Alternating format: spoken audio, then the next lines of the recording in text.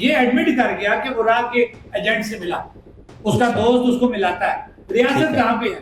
مجھے امید ہے کہ آپ بالکل واضح اس کا جواب دے دیں گے کہ آپ خود مختاری کے حق میں یا پاکستان کے ساتھ الحاق کے حق میں؟ سر میں لفظ بول سکتا ہوں وہ میں بولتا ہوں، آپ چلانے سے منع کر دیں گے؟ نہیں بیٹھے رہیں گے 78 سالوں کا گھر، آپ کیا کہتے ہیں 3 سالوں میں ختم ہو جائے گا؟ آپ کے پاس ایسا متبادل نظام کیا ہے؟ کیا آپ سیاست سڑکوں پہ کریں گے؟ ٹمبر کا سوٹا ہم نے کتے بلوں کے لیے رکھا ہوا ہے، سائفر بھی لہرایا گیا، سائفر بھی لہرایا گیا، اور اس کے بعد سائفر کا کوئی سیر پیر نہیں ملا۔ معترضین کا جو ہے وہ راہ کے ایجنٹ ہونے کے حوالے سے بھی آپ پہ بات دیکھیں نا، اس ریاست کا قانون دیکھیں آپ، راہ کا کمشنر انڈیا کا، اس سے ملاقات ہوگی سر، آج وہ اسی حکومتی جماعت کے ساتھ کھڑے ہیں۔ میری بات نہیں، اس کا اسٹیٹمنٹ آ گئی بھی ہے آپ کے اپنے بیان کے مطابق کہ ان لوگوں کو فیصلہ سازی کا حق ہی نہیں، تو آپ مذاکرات کی میز پہ انہی کے ساتھ بیٹھیں۔ ان جیسے بہت سے نوجوان تب تک قربانیاں دیتے رہیں گے اور ان کے والدین یا ان کے گھر والے بعد ازاں اسی حکومتی جماعت کے ساتھ الحاق بھی کر لیں گے۔ اگر آپ سیاست میں ہوتے تو شاید ایسا نہ ہوتا۔ السلام علیکم، ویلکم ٹو پبلک ٹاک۔ میں ہوں محمد جنید الحق اور اس وقت میرے ساتھ آزاد جموں و کشمیر کی ایک جانی پہچانی شخصیت موجود ہے۔ میری مراد جو ہے وہ شوکت نواز میر صاحب ہیں، ہمارے گیسٹ ہیں آج کے اس پوڈ کاسٹ کے اس انٹرویو کے۔ ہم انہیں ویلکم کرتے ہیں۔ السلام علیکم سر، کیسے ہیں آپ؟ وعلیکم السلام، اللہ کا شکر ہے ٹھیک۔ سر ان دنوں کیا مصروفیات چل رہی ہیں؟ مزدور بندہ ہوں ان دنوں، بکس کا میرا کام ہے، مزدوری کر رہا ہوں، کتابیں بیچ رہا ہوں۔ اچھا سر، ہم انٹرویو کا باقاعدہ آغاز کرتے ہیں تو سب سے پہلا سوال یہ ہے کہ کیا آپ کا مستقبل قریب میں یا بعید میں سیاست میں آنے کا ارادہ ہے؟ نہیں، ایسی کوئی بات نہیں۔ اچھا، اگر ایسی بات نہیں ہے تو سر پھر ایوان میں، اسمبلی میں موجود آپ نہیں ہیں اور آپ اس طرح عوام کی نمائندگی بھی آپ وہاں پہ نہیں کر رہے، تو آپ کیا سمجھتے ہیں کہ کوئی اور ایسا نظام ہے جو اسمبلی کے باوجود عوام کی نمائندگی کر سکے؟ میں نے آپ کو ابھی ایک ادھورا جواب دیا کہ میں نہیں ہوں۔ جی نہیں سر۔ کیوں ہوں؟ اس نظام کے ہوتے ہوئے۔ اچھا، یہ جو نظام ہے، جس نظام کے تحت یہ اسمبلی بنتی ہے، جس نظام کے تحت یہ الیکشن کنڈکٹ ہوتے ہیں، وہ کون سا نظام ہے سر؟ جو ہماری آئینی اصلاحات جو جموں کشمیر جوائنٹ عوامی ایکشن کمیٹی نے ابھی لاسٹ جو ڈوڈیال کے اندر اعلامیہ جاری کیا، اس کے اندر ہم نے باضابطہ طور پہ یہ بات کہی ہے کہ اس الیکشن کے اندر ہم نہیں جا رہے، اس وقت تک نہیں جا رہے جس وقت تک اس الیکشن کے پروسیس کے اندر کچھ ترامیم ہے، کچھ آئینی اصطلاحات ہیں، جب تک وہ نہیں ہو جاتی۔ اس کے اندر سب سے بڑی جو ایک تبدیلی ہے وہ 12 سیٹوں کا خاتمہ ہے، مہاجرین کی جو 12 سیٹیں، کیونکہ وہ جس نظام کی آپ نے بات کی تھی کہ آپ اس میں نہیں آنا چاہتے، ہم ایسے لولے لنگڑے نظام میں آ کے کر بھی کچھ نہیں سکتے اور ہمیں ایسے لولے لنگڑے نظام میں آنے کا فائدہ بھی نہیں۔ ٹھیک ہے سر، آپ کا جواب آ گیا۔ سر آپ سیاست کے میدان میں بھی نہیں اتر رہے، لیکن اس نظام کے ہوتے ہوئے، یعنی کہ نہیں آتی، اگر یہ ترمیم ہو جاتی ہے تو مستقبل قریب میں اس کا امکان موجود ہے۔ آپ اسی نام کے ساتھ جموں کشمیر جوائنٹ عوامی ایکشن کمیٹی کے یہ بات کی بات ہے۔ ٹھیک ہے، فی الوقت جموں کشمیر جوائنٹ عوامی ایکشن کمیٹی بنیادی حقوق کی خاطر بنی ہے، حق ملکیت، حق حکمرانی کی بات کر رہی ہے، اور اسی حق ملکیت، حق حکمرانی کے اندر یہی وہ حکمرانی ہے کہ یہاں پہ ایک neat and clean election commission یا اس کا باضابطہ اس کو لایا جائے، اس میں ترامیم کی جائے اور الیکشن کے نظام کو ٹھیک کرتے ہوئے عوام کو ان کی حکمرانی کا حق دیا جائے۔ ٹھیک ہے سر، اسی جواب کو میں آگے لے کے چلتا ہوں۔ آپ اس نظام کے ہوتے ہوئے سیاست میں نہیں آ رہے، لیکن اس کے بعد آپ ساتھ ساتھ سٹرگل عوام کے حقوق کے لیے، عوام کے رائٹس کے لیے کر رہے ہیں۔ آپ کو جہاں تک میری انفارمیشن ہے، وزیر اعظم جو ہیں وہ فیصل ممتاز راٹھور صاحب نے آپ کو حکومت میں شامل ہونے کے لیے بھی کہا تھا۔ نہیں ایسی وہ تو جنرل ایک ڈائلاگ ان کے ہوتے ہیں نا، وہ انوار الحق صاحب کے بھی ہیں، اداروں کے بھی ہیں، اور فیصل ممتاز راٹھور کے بھی۔ یار آؤ نا، آ کے اسمبلی میں بیٹھو نا، آؤ الیکشن لڑو تو پتہ لگ جائے گا۔ وہ تو ایک ڈائلاگ ہے ان کے جو اکثر وہ کہتے رہتے ہیں۔ سر یہ جس ڈائلاگ کی آپ بات کریں، آپ دو سابق وزیر اعظم آئے، ایک موجودہ اور ایک اس سے پہلے، ایک تحریک انصاف سے اور ایک پیپلز پارٹی سے، دونوں اپنی کابینہ لے کے آئے۔ آپ اس نظام کے ہوتے ہوئے دونوں کو آپ نے قابل قبول نہیں کیا، تو آپ کے پاس ایسا متبادل نظام کیا آپ سیاست سڑکوں پہ کریں گے؟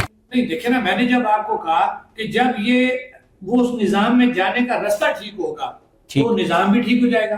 جب جانے کا رستہ ہی غلط ہے، ٹھیک ہے، کہ آپ وہاں پہ جائیں گے تو آپ کی حیثیت کوئی نہیں ہے۔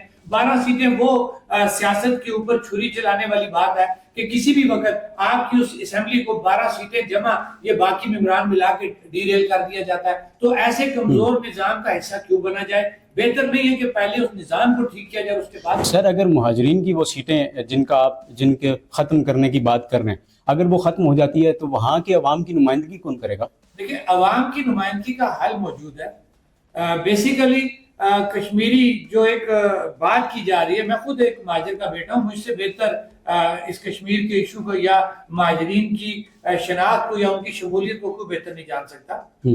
مسئلہ جب ہے وہ کیا ہے؟ مسئلہ کشمیر کیا ہے کہ ٹل ڈسین جب تک آپ کو حق خود ارادیت نہیں ملتا یہ مسئلہ قائم رہے گا. کشمیریوں کو ایک وقت آئے گا یو این او چارٹر کے مطابق ان کو ان کی رائے کے مطابق فیصلہ کرنے کا حق دیا جائے گا. یہ ہے مسئلہ کشمیر جو پتہ نہیں جس کے اوپر 78 سال ہو گئے ہمارے ممبران اسمبلی جن کے پاس مینڈیٹ ہی نہیں ہے وہ یورپ میں جا رہے ہیں مسئلہ کشمیر اجاگر کرنے کے لیے. اب بات جو آپ نے کی اس کا جواب یہ بنتا ہے کہ کشمیری جو اصل کشمیری ہے جو 2 نمبر اسٹیٹ سبجیکٹ جس کا نہیں ہے اسٹیٹ جو ڈومیسائل نہیں ہے، جو اصل کشمیری ہے جو 47 کا مہاجر ہے مقیم پاکستان، وہ اسٹیبلش ہو چکا پاکستان کے اندر، اس کا صرف ایک اس کا موقف ہے جو اس کا جائز مطالبہ ہے کہ مجھے میری شناخت کس طریقے سے قائم رہے گی. جو سوال آپ نے کیا یہ اس شناخت کے ساتھ جڑتا ہے. تو یہ بڑا آسان ایک میکانزم ہے کہ وہ کشمیری یہ کہہ رہا ہے کہ جس وقت بھی یہ وقت آیا موقع ملا کہ ہمیں حق رائے دہی کا موقع دیا جائے گا تو وہ اس وقت کیا ایسا میکانزم ہوگا کہ میری دوسری تیسری چوتھی نسل جب بھی وہ فیصلے کا وقت آئے گا وہ چاہے چوتھی نسل پہ آتا ہے 5ویں پہ آتا ہے جس پہ بھی آتا ہے تو میری وہ شناخت کس طریقے سے قائم رہے گی. اس کا حل موجود ہے. ناظرہ کے شناختی کارڈ موجود ہے. اس سے پہلے بھی تو اس کے اوپر آزاد کشمیر لکھا جاتا تھا نا. جی سر. تو آپ اس کے اندر سافٹ ویئر موجود ہے، کوئی لمبی چوڑی بات نہیں ہے. شناخت آپ نے اس کو ناظرہ کے شناختی کارڈ کے اوپر دے سکتے ہیں. آپ اس کا میکانزم بن سکتا ہے کہ آپ نے اس کی شناخت جو آپ اس کو دینے جا رہے ہیں وہ کس بیس کے اوپر دینے جا رہے ہیں. اس کے لیے بالکل طریقہ اگر ابھی آپ نے افغانیوں کا فیصلہ کیا نا کہ جی 70 کے پہلے کے جو ڈاکومنٹ ہیں سارے 70 کے بعد کے لے کے آئے کہ یار یہ افغانی ہے بھی یا نہیں ہے، مہاجر یہاں پہ سیٹل ہے یا نہیں ہے، تو آپ آئے ان کے تمام ڈومیسائل اسٹیٹ سبجیکٹ چیک کریں نا جو 2 نمبر اسٹیٹ سبجیکٹ بنے ہوئے. خالی میں نہیں کہہ رہا، وہ ممبران اسمبلی بھی کہہ رہے ہیں یا وہ امیدوار اسمبلی کہہ رہے ہیں جو مہاجرین کی سیٹوں کے اوپر الیکشن لڑتے رہے. یعنی وہ لوگ آپ کہہ رہے ہیں کہ وہاں مہاجرین ایسے لوگ سیٹلڈ ہیں جن کا حقیقت میں یہاں سے کوئی تعلق نہیں ہے. اکثریت کا جو جعلی ووٹ بنے ہوئے ہیں. آپ کی احتساب بیورو کے اندر آپ کی کے پی کے جو 2 نمبر اسٹیٹ سبجیکٹ بنے ہوئے ہیں وہ آج اتنے سال ہو گئے ہیں، وہ فائلیں وہیں پہ پڑی ہوئی ہیں، کوئی بھی عمل درآمد نہیں ہو رہا. آج ہی مجھے سیالکوٹ سے جو اصل جو کشمیری ہیں انہوں نے پورا ایک ڈیٹا بنا کے مجھے بھیجا ہے. انشاءاللہ بہت جلد چیف الیکشن کمشنر کے پاس ہم جمع کرائیں گے. جی میرا اگلا سوال یہی تھا کہ کیا اس چیز کو لے کے فیصلہ تو آخرکار عدالت میں کرنا ہے نا؟ بالکل ہم جا رہے ہیں وہاں پہ، بالکل وہ لے کے جائیں گے، بتائیں گے یہ 2 نمبر ہے. اچھا جس کو بھی چھوڑیں جی سر ہم جھوٹ بول رہے ہیں. عاصم شریف بٹ وزیر ٹرانسپورٹ اپنا آپ کا وزیر سپورٹس رہا جس کا ڈپٹی کمشنر مظفر آباد نے ثابت ہوتے ہوئے اس کے بعد کینسل کر دیا اس کا اسٹیٹ سبجیکٹ، جبکہ کینسلیشن کی اتھارٹی کون ہے؟ آپ کا الیکشن کمشنر. ٹھیک ہے وہ تھا نہیں، وہ اس وقت تک وہ بچے رہے، اب وہ سپریم کورٹ کے سارے چل رہے ہیں وہاں اسٹیک لے کے بیٹھے ہوئے ہیں. پھر دوسری بات احمد سرگالہ صاحب یا ایک اور موضوع ہے پنجاب اسمبلی کا وہ الیکشن لڑتے ہیں ایم پی اے کا، ٹھیک وہاں سے بھی وہ الیکشن لڑیں اور پھر مہاجر بن کے وہ یہاں سے بھی آ کے الیکشن لڑیں. دونوں طرف سے یہ چھوٹی 2 میں نے آپ کو مثالیں دے دی. چھوڑے ایکشن کمیٹی جھوٹ بول رہی ہے، نہیں ہے فیک. ان 2 کا جواب دے دیں. عاصم شریف بٹ اور یہ جو الیکشن پنجاب کے سے لڑتے ہیں کس کیپیسٹی میں وہاں الیکشن لڑتے ہیں اور وہ آزاد کشمیر کا ڈومیسائل بھی وہ کلیم کرتے ہیں. کہاں پہ دوہری شہریت؟ تو دوسری بات دنیا کے کس جگہ پہ یہ ہو سکتا ہے کہ ایک ملک کا الیکشن دوسرے ملک میں کنڈکٹ ہو؟ آپ کا ایک 74 ہے وہ ایک قانون آئین اور دائرے کے اندر بنا ہوا ہے. آپ کی ایک قانونی حیثیت ہے، یہ ریاست ہے. وہ ایکٹ 74 یا جو چیف الیکشن کمشنر ہے اس کا ڈومین اس ریاست کے حدود عربے کے اندر ہے. وہ الیکشن کمشنر قانونی طور پہ کسی دوسرے ملک میں جا کے الیکشن نہیں کنڈکٹ کرا سکتا. تو سر اس نظام کو ٹھیک کرنے کے لیے آپ کیا کر رہے ہیں؟ اور دوسرا ساتھ یہ بھی اس کے حوالے سے بتاتے چلیے گا کہ آپ اس میں سیاست میں اس طرح انوالو تو نہیں ہو رہے باقاعدہ اس نظام کے ہوتے ہوئے، لیکن اس کے ساتھ ساتھ آپ چارٹرز آف ڈیمانڈ بھی آپ کی ہے، تو اس سے آپ نہیں سمجھتے کہ چارٹرز آف ڈیمانڈ کو پورا کرنے سے پہلے آپ کو اس مدعے کو اٹھانا چاہیے اور اس پہ زیادہ کام کرنا چاہیے، ورنہ وہ چارٹرز آف ڈیمانڈ اسی طرح پینڈنگ کی پینڈنگ نہیں رہے گی تب تک آپ انقلاب اور انتشار کے ذریعے لائیں. اعلامیہ جاری کیا، اگر آپ نے اعلامیہ سارا سنا ہوتا میں آپ کو دے بھی دوں گا. اس کے اندر کلیئر کٹ ہم نے اصطلاحات کا ذکر کیا ہے کہ 12 سیٹیں ان اصطلاحات کے اندر شامل ہیں اور اس کے علاوہ جو الیکشن کے حوالے سے اصطلاحات ہیں وہ اس کے اندر شامل ہیں. جب یہ چیزیں آپ کی ہو جاتی ہیں تو آپ کو ایک اچھا ماحول ملے گا, ہر کوئی الیکشن لڑ سکتا ہے. ٹھیک ہے سر, آپ کا جواب آ گیا, لیکن سر جب تک وہ نہیں ہوتا تو میرے خیال سے اس میں جانا ہی فضول ہے. ٹھیک ہے, آپ کا جواب آ گیا سر. سوال یہ ہے کہ تب تک سدھیر قتل کیس جیسے کیس ہوتے رہیں گے, اس کی ذمہ داری کا بوجھ کہیں نہ کہیں آپ کے کندھوں پر بھی آئے گا. اور اس کے ساتھ ساتھ سر میرے جو ذہن میں یہ سوال آ رہا ہے وہ یہ کہ اسی جیسے نوجوان جو آپ کی قیادت میں ان جو ہے وہ عوام کے حقوق کی جدوجہد کرتے ہوئے جو میدان میں آ رہے ہیں, ان جیسے بہت سے نوجوان تب تک قربانیاں دیتے رہیں گے اور ان کے والدین یا ان کے گھر والے بعد ازاں اسی حکومتی جماعت کے ساتھ الحاق بھی کر لیں گے. اگر آپ سیاست میں ہوتے تو شاید ایسا نہ ہوتا. نہیں, یہ دیکھیں جو قوتیں اس نظام کو چلا رہی ہیں, جو ہڈن قوتیں جو ہیں جو اس نظام کو چلا رہی ہیں, وہ کیا اس نظام کو پاکستان کے نظام کو بھی چلا رہی ہیں, وہ بڑی طاقتور ہیں. ٹھیک ہے, میں اس بحث میں نہیں جانا چاہتا, مجھے اپنی ریاست کی حد تک ہی رہنا چاہیے. پھر بھی میں یہ کہوں گا اس ریاست کے نظام کو بھی چلانے میں وہ قوتیں بیرونی ہاتھ موجود ہیں جو پیچھے بیٹھ کے یہ سارا نظام چلا رہے ہیں.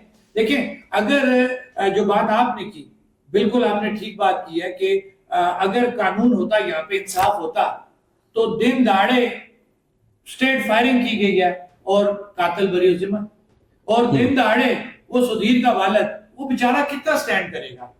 وہ سٹینڈ سر آج وہ اسی حکومتی جماعت کے ساتھ کھڑے ہیں. میری بات نہیں, اس کا سٹیٹمنٹ آ گئی بھی ہے, وہ چیزیں بھی کلیئر ہے, میرے پاس ریکارڈ موجود ہے. آپ نے وہ دیکھا ہوگا کہ ہماری ہی بال کے اوپر جہاں ہم نے اس کا انٹرویو چلایا, وہیں پہ اس کا آڈیو ریکارڈ جو ہے وہ موجود ہے ساتھ, جس کے اندر وہ کہہ رہا ہے کہ ایسی کوئی بات نہیں ہے, وہ زبردستی لا کے میرے گلے پہ ہاتھ ڈال دیا. چلیں جی, وہ حصہ بھی اس کا بن گیا. لیکن مسئلہ کیا ہے کہ یہ نظام اتنا ہمارا کمزور ہے, جس نظام کو بار بار ہم بھی ڈسکس کر رہے ہیں اور آپ بھی مجھ سے بار بار وہی سوال پوچھ رہے ہیں. اگر یہ نظام مضبوط ہوتا, قانون ہوتا, انصاف ہوتا, تو میرے خیال سے کسی میں اتنی ہمت نہ ہوتی کہ قاتل وہاں پہ جا کے, جن کو قتل کیا ہے, ان سے جا کے وہ بارگین کرتے. تو سر آپ کیا اس کے متعلق کوئی ویڈیوز موجود ہیں یا قاتل کا پتہ ہے کہ وہ کون ہے؟ بالکل ویڈیوز موجود ہیں, اس سدھیر کے والد کی ایف آئی آر موجود ہے, ریاست موجود ہے, دیکھیں جی اس کو بھی چھوڑ دیں. شاہ رخ چودھری کی مثال آپ کے سامنے کراچی میں جی قتل ہوا, دیت بھی دے دی, 2-3 کروڑ روپیہ بھی دے دیا, کیس آج بھی سٹینڈ کر رہا ہے, ریاست کو کیس لڑ رہی ہے, ریاست کی بھی کوئی ذمہ داریاں ہیں. ٹھیک ہے سر, ہم سدھیر کے بعد تو بوجھ نہیں ڈال سکتے. ریاست کہاں پہ ہے؟ ریاست میں دن دہاڑے پولیس اور اداروں کی موجودگی میں ڈائریکٹ فائر کر کے بندہ مارا گیا. لیکن سر مجھے اس چیز کا, میں اس خطے سے تو نہیں ہوں, لیکن اس خطے کے ساتھ ہمارے بھی دل دھڑکتے ہیں. تو اس جیسے نوجوان کی جب قربانی ہوتی ہے, وہ اپنے مقصد کے لیے چاہے قربان ہو, تو اس کا دکھ کہیں نہ کہیں ہوتا ہے. اور مجھے لگتا ہے کہ کہیں نہ کہیں آپ کے کندھوں پہ بھی یہ بوجھ آگے چلتی ہوئی زندگی میں ضرور رہے گا. میری بات سنیں نا, جو تحریکیں ہوتی ہیں اس میں وہ خون مانگتی ہیں, قربانی مانگتی ہیں. میری یہ باتیں اس سدھیر کی جان کو واپس نہیں لا سکتی. بالکل, وہ چلا گیا, اس کے والدین کو جو اللہ کی طرف سے صبر آنا تھا وہ آ گیا. لیکن ایک بات ضرور کہوں گا کہ سدھیر امر ہو گیا, اس نے اپنی جان تو دے دی, لیکن اس کی جان کے عوض, یا اس سے پہلے جو ہمارے 3 شہداء تھے, ان کے عوض اس ریاست کے لوگوں کو, اس غریب کو کہ جو خودکشیوں پہ مجبور تھے, سستی بجلی اور سستا آٹا ملا. یہ وہ بینیفٹ ہے. میں یہ کہوں گا کہ اسی بینیفٹ سے جب ایک غریب جو لاچار مجبور تھا, جس کو 78 سال کسی نے منہ نہیں لگایا, میں یہ کہوں گا کہ سدھیر کی قربانی, اس سے پہلے جو ہمارے 3 شہداء ہیں ان کی قربانیوں سے, یا دیگر جو اس میں شہداء جن کی جانیں گئی ہیں, میں یہ کہوں گا کہ وہ ہمارے شہید ہیں, اور ان کی اس شہادت کی وجہ سے آج ریاست کے اندر غریب جو ہے وہ سکون سے زندگی گزار رہا ہے. اچھا سر, اس کے ساتھ ساتھ ایک اور سوال یہ ہے کہ میں نے یہ دیکھا ہے کہ جو اس جوائنٹ عوامی ایکشن کمیٹی ہے, اس کے جو کور کمیٹی کے ممبرز ہیں, ان کی طرف سے کوئی گالم گلوچ کا جو ہے وہ کلچر, وہ بھی جو ہے وہ فروغ پا رہا ہے. اس کو کیسے دیکھتے ہیں آپ؟ دیکھیں میری بات سنیں, ایک ہے ہماری کور کمیٹی جس کے ہم 29 ممبران ہیں. ہاں 29 ممبران جی.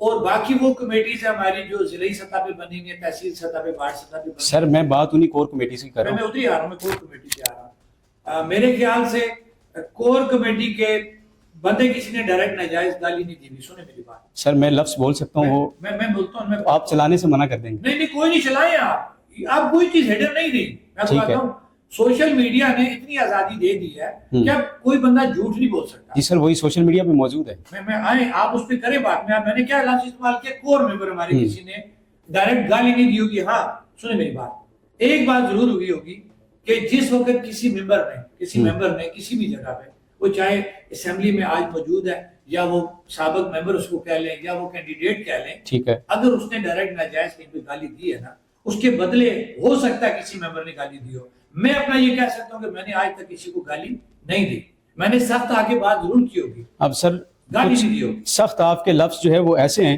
جی۔ کہ ہم تمبر کا سوٹا ہم نے کتے بلوں کے لیے رکھا ہوا ہے۔ بالکل سر اس کے معنی آپ بھی بخوبی سمجھتے ہیں، میں بھی سمجھتے ہیں، آڈینس بھی سمجھتے ہیں۔ آپ نے آدھا جملہ بولا، اگر اس کے پیچھے پورا جملہ بولنے سے میں پورا جملہ بولتا ہوں کہ ہم پہاڑی لوگ ہیں، ٹھیک ہے، ہم اکثر رات کو ندی نالوں سے گزرتے ہیں تو وہاں پہ کتے بلے یہ جو اور چیزیں آ جاتی ہیں تو ہم ان کو مارنے کے لیے رکھتے سر یہ استعارتاً آپ نے بات کو ہیں۔ دیکھیں نا، اب آپ اس کو ہر لفظ کو آپ مختلف جگہ پہ ایڈجسٹ کر سکتے ہیں۔ میں نے جو لفظ بولا میں نے اس کا بیک گراؤنڈ آپ کو بتا دیا، آپ کو وہ لفظ کسی کو ایڈجسٹ کرنے کے لیے کرتے ہیں، آپ کی مرضی ہے۔ میں نے جو جملہ بولا میں نے اس کی تمہید، اس کا سابقہ جو جملہ میں ایڈ کر کے آپ کو بولا۔ سر ٹھیک ہے، آپ کا جواب آ گیا۔ سر اس کے ساتھ ساتھ مجھے یہ بتا دیں کہ بریگیڈیئر فائق صاحب کے حوالے سے آپ کی زبان سے جو ہے وہ ہم نے کچھ سنا، اس کے متعلق ذرا بتا دیں، وہ کیا تفصیل ہے؟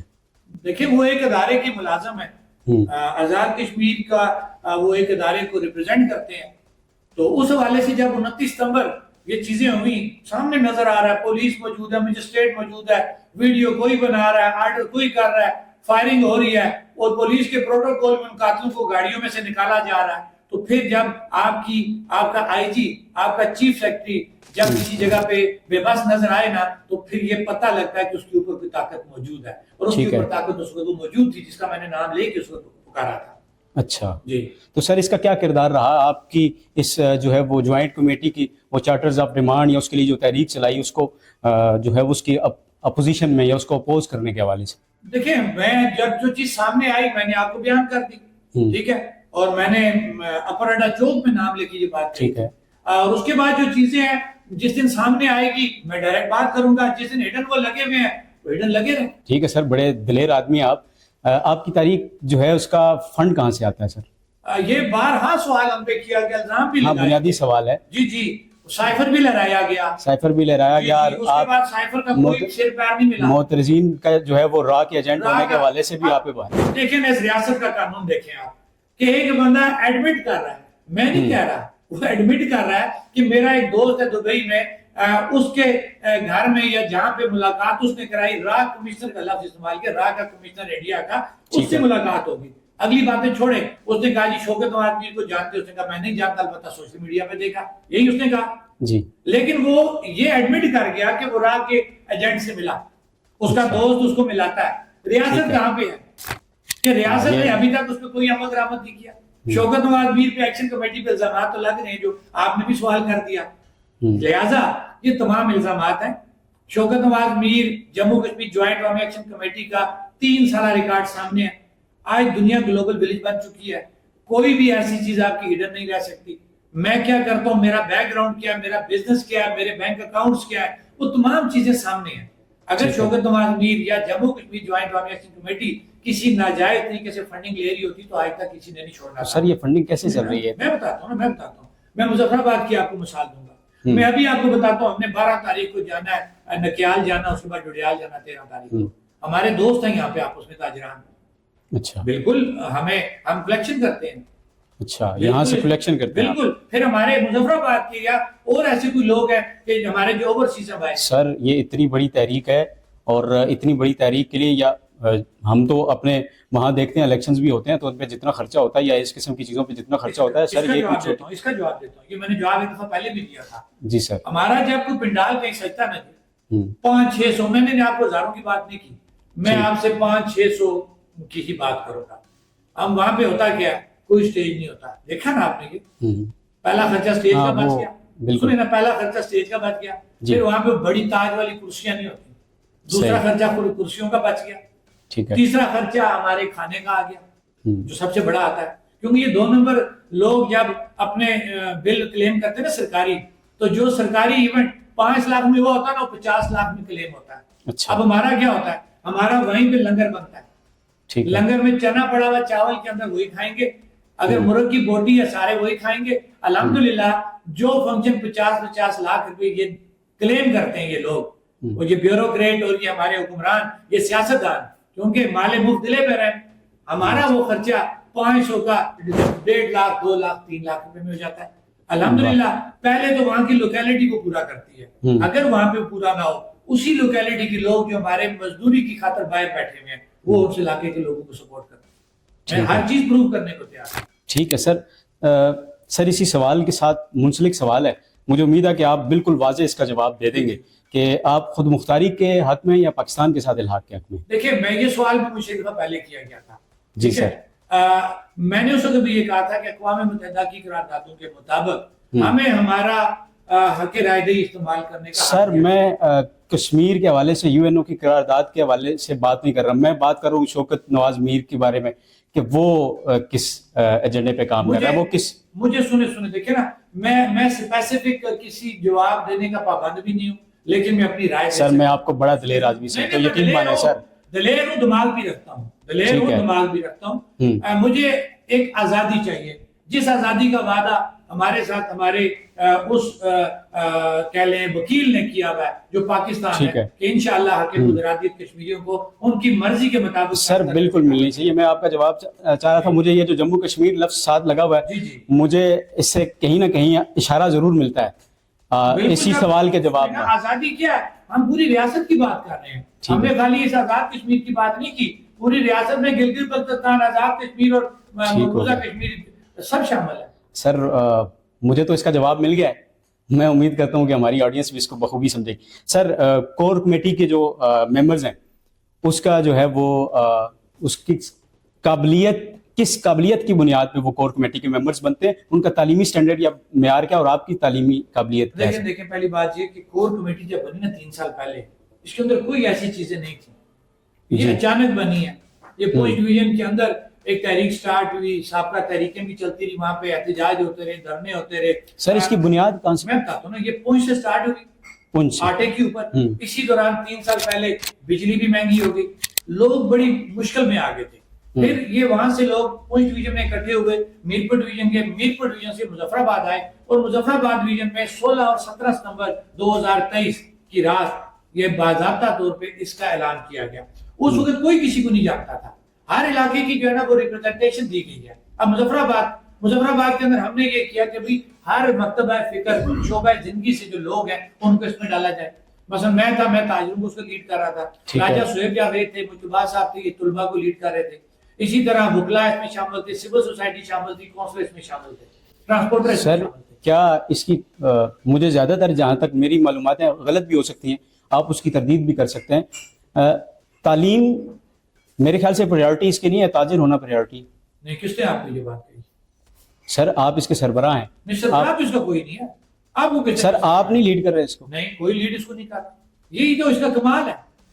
اس میں کوئی بندہ, کوئی لیڈر نہیں ہے, اس کے اندر تمام ممبر ہیں. شوکت نواز میر اس وقت جو انٹرویو دے رہا ہے ممبر جموں کشمیر جوائنٹ عوامی ایکشن کمیٹی کی حیثیت سے دے رہا ہے. اس کے علاوہ شوکت نواز میر کا تو کیا ہم یہ تصور کر سکتے ہیں کہ آنے والے دور میں اگر یہ ساری چیزیں جو ہے وہ تبدیل ہوتی ہیں اور وہ حکومتی نظام یا وہ الیکشن کا نظام آ جاتا ہے جو آپ چاہتے ہیں, تو ہو سکتا ہے یہی جو ہے وہ عوامی ایکشن کمیٹی جو ہے وہ سیاست میں بھی آئے, الیکشن بھی لڑے, اور شوکت نواز میر صاحب کی جگہ اس کے جو ہے وہ چیئرمین کوئی اور ہوں. دیکھیں میں نے آپ کو یہ بات کی, یہ قبل اس وقت بات ہے. اس وقت جموں کشمیر جوائنٹ عوامی ایکشن کمیٹی کے پاس ایسا کوئی مینڈیٹ نہیں ہے کہ وہ سیاست کرے. ہاں ہم اپنے چارٹر آف ڈیمانڈ کو لے کے چل رہے ہیں. اس چارٹر آف ڈیمانڈ کے اندر 12 مہاجرین سیٹیں موجود ہیں. اب اسی چارٹر آف ڈیمانڈ میں اصطلاحات الیکشن کے حوالے سے آنے والی ہیں, آج یا کل میں وہ کلیئر ہو جائیں گی جو ہم نے اپنے اعلامیے میں پڑھی ہیں. اور جس وقت یہ چیزیں ہماری کلیئر ہو جاتی ہیں, شوکت نواز میر کیا ہر کسی کو الیکشن لڑنے کا حق حاصل ہے, وہ کسی بھی طریقے سے الیکشن لڑ سکتا ہے. اچھا سر, چارٹرز آف ڈیمانڈ جو لاسٹ آپ نے تحریک چلائی اس کا جو ہے وہ, اس میں کون سی آپ کی ڈیمانڈز ایسی تھیں جو پوری ہوئی ہیں, جو پوری نہیں ہوئی, کن کا آپ کے ساتھ وعدہ کیا گیا, وہ ذرا تفصیل بتا دیجیے. ہمارا جو چارٹر آف ڈیمانڈ تھا وہ 38 نکاتی چارٹر آف ڈیمانڈ تھا جی, جو بیسک ہمارا تھا. اور جس دن ہماری میٹنگ 38 یا 39 38 نکاتی چارٹر آف ڈیمانڈ ہے, جو باضابطہ طور پر ہم نے جمع کروایا ہوا, جس کے تمام ڈاکومنٹس ریسیونگ ہمارے پاس موجود ہے. اور اسی 38 نکاتی چارٹر آف ڈیمانڈ کو ان ممبران اسمبلی نے جو حکومت پاکستان نے بھیجے تھے, انہوں نے میڈیا کے سامنے ایڈمٹ کیا ہے. اور ہر جگہ پر ہم نے کہا جی 38 کے ہم نے تو 42 چیزیں پوری کر دی ہیں, یہی جملے بولتے ہیں نا. جی بالکل ہو گیا. اب تھوڑا سا یہ بڑا اچھا سوال ہے, ان 38 نکات کے ساتھ 5 صفحے مزید ان کی ذیلی چیزیں موجود ہیں. مثال کے طور پہ بجلی کا پوائنٹ تھا, آپ کو بجلی سستی تو ہو گئی, لوڈ شیڈنگ موجود ہے, لو وولٹیج موجود ہے, آپ کا اپنا گریڈ اسٹیشن اس کے اندر موجود نہیں ہے. اب یہ وہ چیزیں ہیں کہ جو بجلی کے معاملات کے ساتھ جڑی ہوئی ہیں. آٹے کی بات ہم کر رہے ہیں, آٹے کا معیار گرا دیا گیا, آٹے کی ایلوکیشن جو ہے وہ کم کر دی گئی. یہ وہ چیزیں ہیں کہ جو اس کے ساتھ جڑی ہوئی. اسی طرح جو آپ کہہ رہے ہیں نا کہ جو چیزیں ہو چکی ہیں اس کے اندر آپ کو دو بنیادی چیزیں, ہمارا جو چارٹر آف ڈیمانڈ ہے, اگر ہم اس پہ جائیں, جو بنیادی چارٹر آف ڈیمانڈ ہے جس کو تسلیم کیا گیا ہے, اس کے اندر سے آپ کا بجلی جزوی طور پہ جس کو میں کہتا ہوں, آٹا جزوی طور پہ جس کو میں کہتا ہوں, اور اس کے علاوہ ابھی تک اس کے علاوہ جو بنیادی چارٹر آف ڈیمانڈ ہے, ان دو کے علاوہ کوئی ایسی چیز نہیں ہے جو کلیئر ہوئی ہے. ٹھیک ہے, یہ بھی جزوی طور پہ. سر اس کو آگے کیسے لے کے پھر چلنے کا ارادہ ہے؟ کوئی آگے مستقبل کی پلاننگ کی ہوئی ہے آپ نے؟ ہم تو, ہماری پلاننگ یہی کہ ہم نے اکٹھے رہنا ہے. ہم اکٹھے رہیں گے. 78 سالوں کا گھر آپ کیا کہتے ہیں 3 سالوں میں ختم ہو جائے گا؟ نہیں سر, مراد یہ ہے کہ آپ آگے کوئی ڈیٹ دی ہوئی ہے نیکسٹ آپ نے کوئی آگے کا پلان؟ 9 جون کی کال دی ہوئی ہے. جی ٹھیک ہے. اب وہ کیوں دی ہے؟ ہم نے کسی بھی جگہ پہ زور زبردستی نہیں کی. ہم نے اخلاقی قانونی تقاضے سارے پورے کیے. ہم ٹیبل پہ بیٹھے, جو آپ نے میڈیا پہ دیکھا, ہم نے ٹیبل پہ بیٹھ کے زبانی بھی ان سے بات چیت کی, ہم نے تحریری طور پہ بھی ان کے ساتھ بات کی. سر آپ جن کو سمجھتے ہیں آپ کے اپنے بیان کے مطابق کہ ان لوگوں کو فیصلہ سازی کا حق ہی نہیں, تو آپ مذاکرات کی میز پہ انہی کے ساتھ بیٹھیں؟ اس لیے کہ ان کو بٹھانے والے کچھ کوئی اور تھے, ان کو یہاں پہ لانے والے بٹھانے والے کچھ اور تھے, اور آج بھی وہی لوگ ہیں ذمہ دار جنہوں نے ان کو لا کے بٹھایا اور یہ تمام مذاکرات یا ہمارے ساتھ ایگریمنٹ سائن کر. سر کہیں آپ اس ڈیموکریٹک نظام کے متبادل کوئی نظام تو نہیں چاہتے؟ نہیں, قطعاً ایسی بات نہیں ہے. ہم نے ہمیشہ یہ بات کہی ہے, یہ جیسی ریاست ہے, یہ جیسی اسمبلی ہے. سر کہیں نہ کہیں مجھے سوشلزم کی جھلک جو ہے وہ بڑے بھرپور طریقے سے نظر آتی ہے. ایسی بات نہیں ہے. ہم جمہوریت پسند لوگ ہیں, ہم انصاف پسند لوگ ہیں, ہم برابری کی بات کرتے ہیں, اور ہم ایک اچھے جمہوری نظام کی بات کرتے ہیں. اور وہ اس اسمبلی کے ہوتے ہوئے جو ہمارے پاس جو خطہ موجود ہے, جس کو آزاد حکومت ریاست جموں کشمیر آپ کہتے ہیں, آزاد کشمیر جس کو کہتے ہیں, اس کی اپنی اسمبلی ہے, اس کا ایک اپنا نظام ہے. ہم اس کو جو ہے اسی کے حق ملکی تک حکمرانی باوقار طریقے سے اس کے نظام کی بات کر رہے ہیں. سر برابری کا جو لفظ ہے نا, یہ میرے خیال سے تو اسی مارکسزم کے نظریے سے متعلق ہی ہے, اور جو بہر طور جو انصاف کا ساتھ لفظ ہے اس کے ٹوٹل یہ دونوں ایک متضاد چیزیں ہیں میرے خیال سے. سر آپ اس کو کیسے دیکھتے ہیں؟ صحیح بات ہے, انصاف ہوگا تو ریاست پھلے پھولے گی, برابری ہوگی. دیکھیں نا برابری کو آپ کس طرح لے کے جاتے ہیں کہ یہ یہاں پہ جو نظام ہے کہ آپ کے جو سرکاری سکول ہیں کوئی ان کو پوچھ رہا نہیں ہے, وہاں پہ تعلیم ہے ہی نہیں ہے.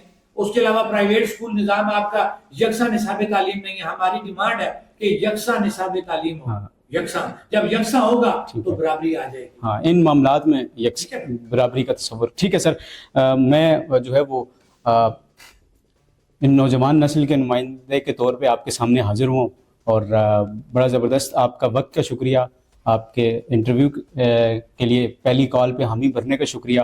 اور میں امید کرتا ہوں کہ آپ کے وہ تمام چارٹرز آف ڈیمانڈ جو اس عوام کے لیے, اس عوام کے حقوق کے لیے آپ جدوجہد کر رہے ہیں, اس میں جو ہے وہ تمام پہلو جن میں اس عوام کا فائدہ ہے, اس عوام کی فلاح ہے, وہ ضرور اللہ تعالیٰ اس میں آپ کا مدد و معاون ہو.